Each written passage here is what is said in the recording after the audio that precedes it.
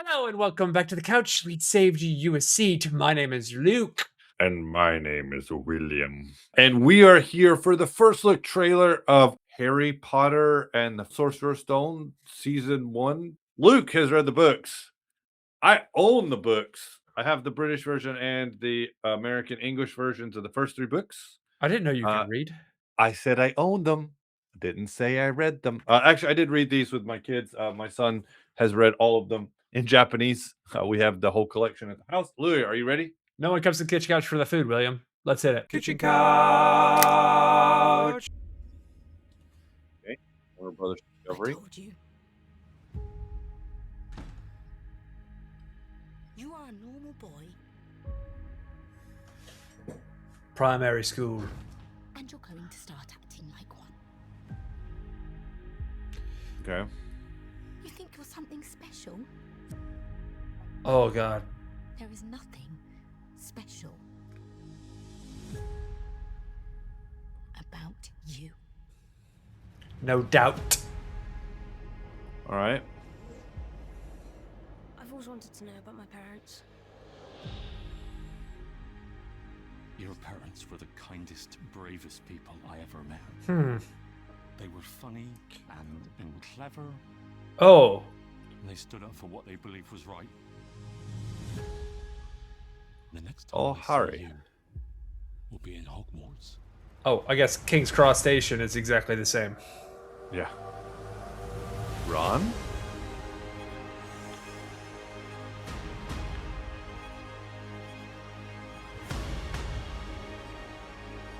Okay. Mr. Potter, The Sorting we Hat. can expect It's- great things from you. Okay.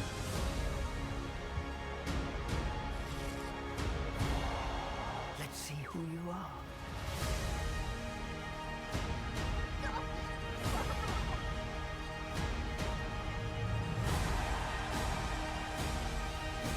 Huh.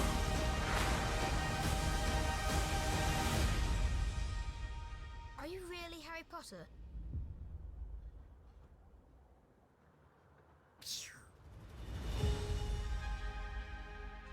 Huh. And the Philosopher's Stone. This Christmas. Oh, so keeping that up. All right, we're back with a priority report. This is simple. You know the drill if you've been here before, but if you're new, the priority report is simple. Priority 1, you're going to see this immediately. Christmas comes once a year, and so does Harry Potter. Priority 2, you're going to see this whenever, right? You may wait, or it's not just really high on your list. This trailer didn't excite you all that much. Priority 3, you out. You out. Hard T out. We heard a lot of hard T's in this trailer. Hard T out. William, Yep. where are you? What priority are you? Based on where I'm at life right now, that is a low 2. Ooh, okay. I am High 3. I am a priority 1. We are going to speak a little bit more about what we think from this trailer specifically and some of the source material. Check out the priority below, put your priority below, and we are going to continue on with the discussion. William, my big takeaway, large takeaway from this, there is a lot of heart in this. Yeah. A ton, and I love that. Yeah.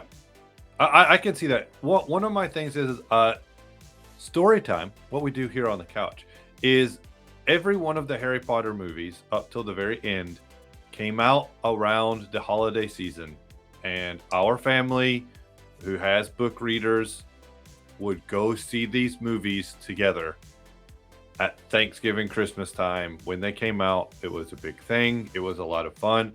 I personally really enjoyed the first set of movies. I don't read books, so I don't care if they're different or not.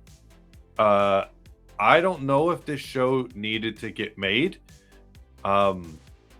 Apparently, it's going to be more true to the books because they have more time. They're going to be able to space it out. The people involved with it do that. I don't know if I need that. I'm kind of like one of those people that's like, the Justice League movie was fine. The Snyder cut was unneeded. Like, we didn't need all that extra stuff.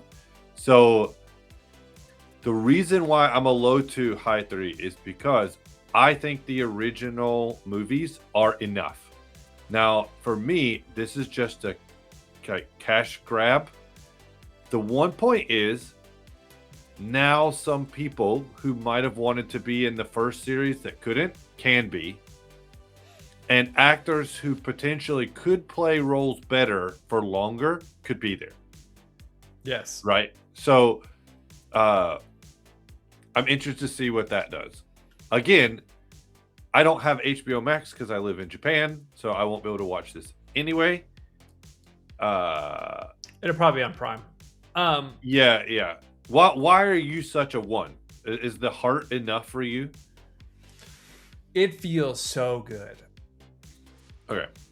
It's not nostalgia either. It's easy for someone to look at me and say, "Oh, it feels good. That's nostalgia talking." Yeah. It's not nostalgia. This would have been a one 10 years ago, 20 years ago, 30 years ago, 40 years ago. There is some intentional things that are left out of this trailer. Yeah. Like magic. Yeah. Well, spoiler alert. There's magic in this fucking show. Spoiler alert. Read the books, watched the movies. I almost said that backwards. Unless you've watched till the end movies, like there are some scenes with the Dudleys, right, that are cut. And like I watched them and I was like, those scenes should have been in the movie. And then there's one scene in the later movies when they're ready for their final fight and he's telling his aunt and uncle to leave, and his aunt admits that she's just been jealous of her sister. And I think it's like a deleted scene, but yeah. And it's like, that should have been in there. That's one of those things that it's like, whenever they're like, oh, nobody needs him, and his cousin's like, I needed you. Like, I don't think you're a waste. And it's like, that's a deleted scene. And like, those should be in there. Like, if you don't know those things, you think they're just nasty people, right? And it's like, they are nasty people. They're not doing good. They're not being nice to this kid. But then it makes you understand a little bit more, like when you've had siblings and you've had close friends, and it's like, that's the bit of heart that I can kind of agree with. So that lady did not look nice to play in the aunt. So Petunia is a bitch. The other thing that I like about it is the movies are, and the books are very English and UK driven. Yeah. This is so much less that. Okay. It's right also now, palatable for all. My favorite movie and book, to be frank with you, so is the Prisoner of Azkaban. It's the only one I reread. It is my favorite book. It is my favorite movie. It's my favorite movie because it's Alfonso Cuarón. Shout out. And it's incredible. It's a really good movie. You have an anime moment at the end with the expecto. I mean, you have a full moment there. It's really cool. This has some of those same imagery that's not in the other movies. It's only in this movie, and you can kind of sense it. This also has like a Wizarding World Stranger Things vibe, where the movies feel so much more like Doctor Who. Okay. And so I find that to be pretty interesting too. I think one of the things, like you were mentioning, the lack of magic. Now, I don't know if that's due to the polish there. Yeah. I think one of the things that they have as a super advantage is Harry Potter modernized a lot of CGI things. And now we are 25 years down the road with more CGI, with AI enhancements, with things that we can do. We've had magic visualized in other formats that stole from Lord of the Rings and from Harry Potter. And so they will be able to maybe produce things that they couldn't before.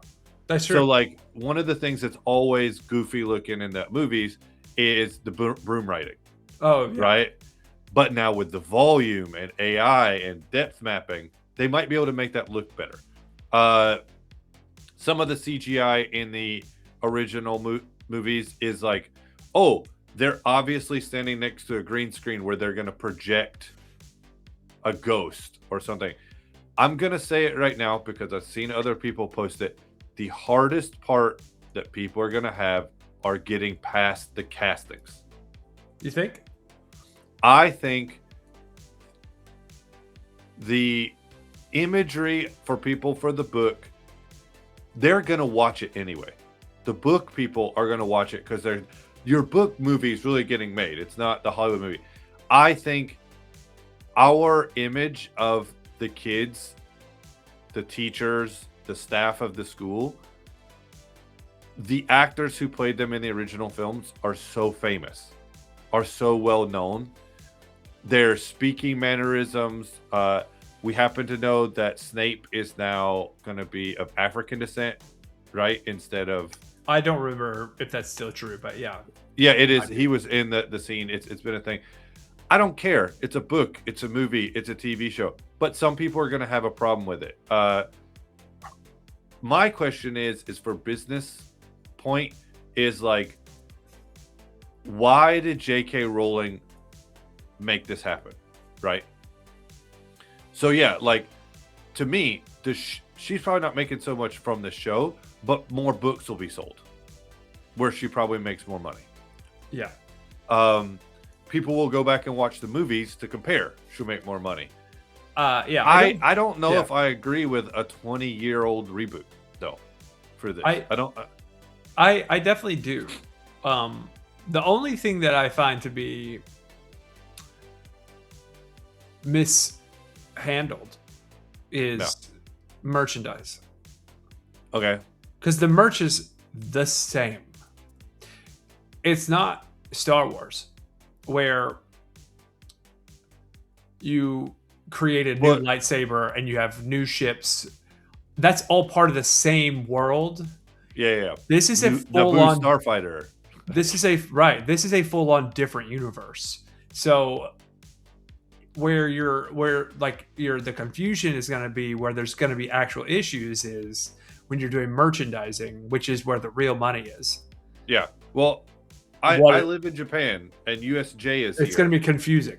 And I have an Elder Wand in the other room that my son bought because we were in Tokyo, and the Harry Potter pop-up shop is in Harajuku, and we paid $40 for the Elder Wand, but when it was still in possession of the bad guy from the Beast movie. Anyway, we bought that version of the wand because at USJ, the same wand is $90. Ooh. So besides the fact that we would have had to go to USJ, which would have cost us $60 to get into, then go wait in line at the shop and then pay $9, we were just there. So the great thing that you're saying is merchandising. People can just buy more of what they want or already have, right? So yeah, they don't need to make a new Elder Wand. They can just keep the same one, like the same print, and keep selling them. Going back to the goofiness, and I think it would be awesome if some of the things were retained, so it looked like it was like, oh, these are canon events, or canon items. That would be cool for me personally. The other thing, because I said, oh, the movies look like Doctor Who. They feel like Doctor Who. This doesn't seem that way. Okay. This is actually more Game of Thronesian. When you study acting and performance, you're looking at the phrasing of each line, the given circumstance for which you're going to say it, and the environment for who you are and where you are and what led you to that point, right? That's kind of how you dictate what that is, and you pick up idioms, you pick up character traits. But for the most part, when it comes to delivery, which is the thing that can determine the level of genuine that you feel as an audience member, is the voice delivery. With a show, 8-10 episodes, you have an opportunity to really perform those moments, and all of them are going to be different. Whereas when you watch the movie, you get a lot of some of the similar characterizations from your Dumbledores, from your Harrys, like because the given circumstances, you only have so many to kind of draw from within the script. So what you can kind of see it at the scene in the tube, because in the they take the motorbike. I don't remember how they get to the inn at the beginning of the movie, but it looks like they're taking the subway. Yeah. The way Hagrid is performing is so much more deeper. Like it feels so much more genuine and thoughtful. I'm very interested to see how the kids perform because I hate child actors. And Harty, I'm interested to see how they do. They look so different to me than what my brain has depicted. So just so we're clear, those who have read the books, those who know, this one right here, this guy is 6'3" and been 6'3" since he was 14 years old. Or 6'5", 6'6". But since he was 14 years old. He's massive. He's also lanky as hell. He's always been good lanky. So when they talk, Hagrid looks normal size. When they talk when they talk about Harry and they talk about Ron, they're both this long, lanky, goofy. By the time they're grown up, that's part of their character trait is that they're kind of goofy, growing people, and it's not short Daniel Radcliffe. It's they're like goofy. They showed the guy. SNL had like the gay Hogwarts, right? And the kid from Stranger Things played Harry, and I was like, oh, that looks like the image, like really tall and long and lanky, like.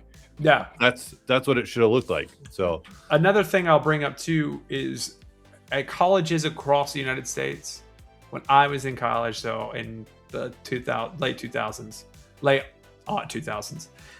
people on the college networks would just have these movies playing over and over and over. You could like change it to channel like 89, that didn't have a cable channel, and watch Harry Potter over and over and over again because they had it on loop. So there is a thirst for this. People who say we're not ready for this, no offense, there is a thirst for this. And also there's a ton more content and lore within inside the world that we can really dive into. There's this whole plot with Hermione where she magically makes herself more aesthetically looking, more pleasing to the eye. She fixes her own teeth. She does some stuff with her hair. There's some stuff with the elves, that is a full-on racist underbelly thing that's happening. That's solved. The Wizard Olympics is way better in the book, the fourth novel. I never made it to that book, so it's I so much better. Prisoner Azkaban, that movie sucks by comparison to that book, specifically that one. All the rest are pretty okay, and it's fun. I like that movie, but the comparison sucks. Anyways, we waxed way too long, so William, close us out. So guys, we like to talk about stories. We like to talk about this thing. This is a split couch. We got different priorities here, and that is okay because everybody is welcome here on the couch. Make sure to let us know down below what was your priority. Did you read the books? Are you interested in seeing this, or is it too soon, too quick, too much? Thank you very much. We're glad to have you here, and until next time, later, taters. Peace.